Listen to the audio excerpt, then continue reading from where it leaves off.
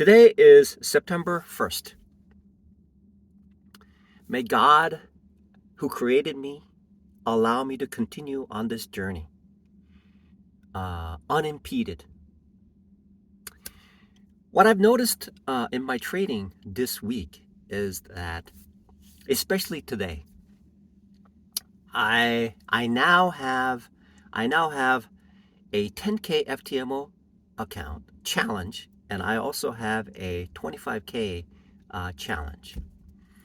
So on the 25K challenge, what I've noticed today, I had two opportunities, and I could have easily taken it and made a substantial amount of gain had I been completely focused on the chart telling me that, okay, look, okay, I gave you this gain. The chart is telling me I gave you this gain. It was going up, and then it started to, the chart was saying, okay, now I'm in the iffy territory where you're gonna have to make a decision on what to do. Okay, I'm just showing you. And then it started to curve, and I should have been aware of that. Okay, that's the two trades that I made. There was another one that I made was substantially, the gain was so substantial, but I allowed it to move against me, but I got out with a minuscule amount of gain, even though the gain was giant. And the way that it moved against me, I was just like, the market caught me sleeping. Okay. It did not hit my stop loss because I was actually in profit. What I should have done, and these are things that I need to work on, is a couple of things. And that's one trade. The second trade was, it was up and it just dropped and it became red, and I had to sell it. It actually got stopped out. So I had several opportunities to make a massive gain today, and that leads me to something that I need to work on. What I need to do now, because I have the stop loss taken care of, what I need to do is figure out what the gain should be. Okay, I have to differentiate between a trending day and a range bound day. So within a range bound day, which is effectively 80% of the 80% of the day throughout the year, okay, it's range bound. Okay, and then at about 20% of the time, it moves out.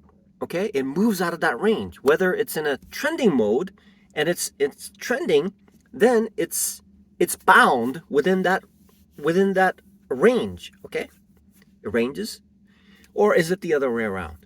Anyway, so effectively, what I've noticed today, especially today, is a simple case. Right before the holiday, Labor Day is coming up, which meant that there is a propensity for the stock to move down because people don't want to risk their capital over the weekend.